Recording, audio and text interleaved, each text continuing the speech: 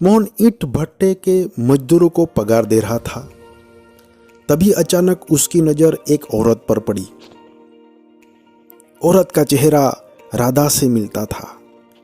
उसने हाजिरी रजिस्टर में देखा तो वह राधा ही थी जो 15 साल पहले उसकी धड़कन हुआ करती थी। मगर उस समय वह गरीब था। इस कारण राधा के पिता ने रिश्ते से इनकार कर दिया था। फिर मोहन कमाई के लिए विदेश चला गया। पीछे से राधा की शादी कर दी गई। राधा आकर बोली, साहब इस महीने मेरी 4 हाजिरी कम लगी है, मगर मेरे पैसे मत काटना, मैं अगले महीने ओवर टाइम करके पूरा कर दूंगी। मोहन ने उसके मुंह के तरफ देखा। उसका रंग बहुत सांवला हो गया था। उम्र में भी बहुत बड़ी लग रही थी वह। मोहन ने उसे पूरे पैसे दे दिए।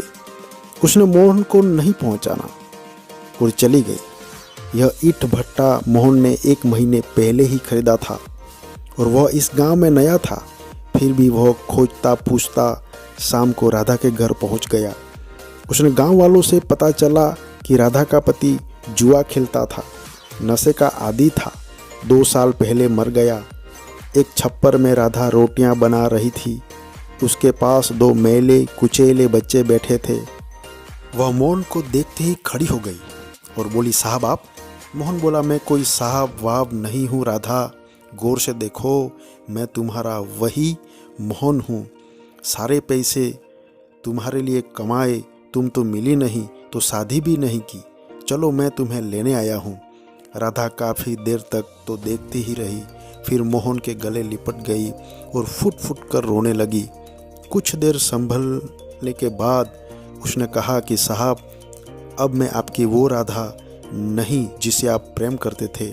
मोहन ने कहा, पगली, मुझे इस बात से कोई फ़र्क नहीं पड़ता कि तुम्हारी शादी हो गई है थी और विधवा हो। मैंने सिर्फ और सिर्फ तुमसे प्रेम किया है। तुम्हारे लिए ही तो मैं इतनी ऊंचाइयों पर पहुंचा हूँ। मेरा यह धन दौलत गाड़ियाँ घर तुम्हारे बिना किसी काम का नहीं। राधा राधा, बच्चों को साथ में लेकर चलो, वो तुम्हारे नहीं हमारे बच्चे हैं। इतना सुनते ही राधा स्तब्ध हो गई और वापस मोहन से लिपट कर रोने लगी।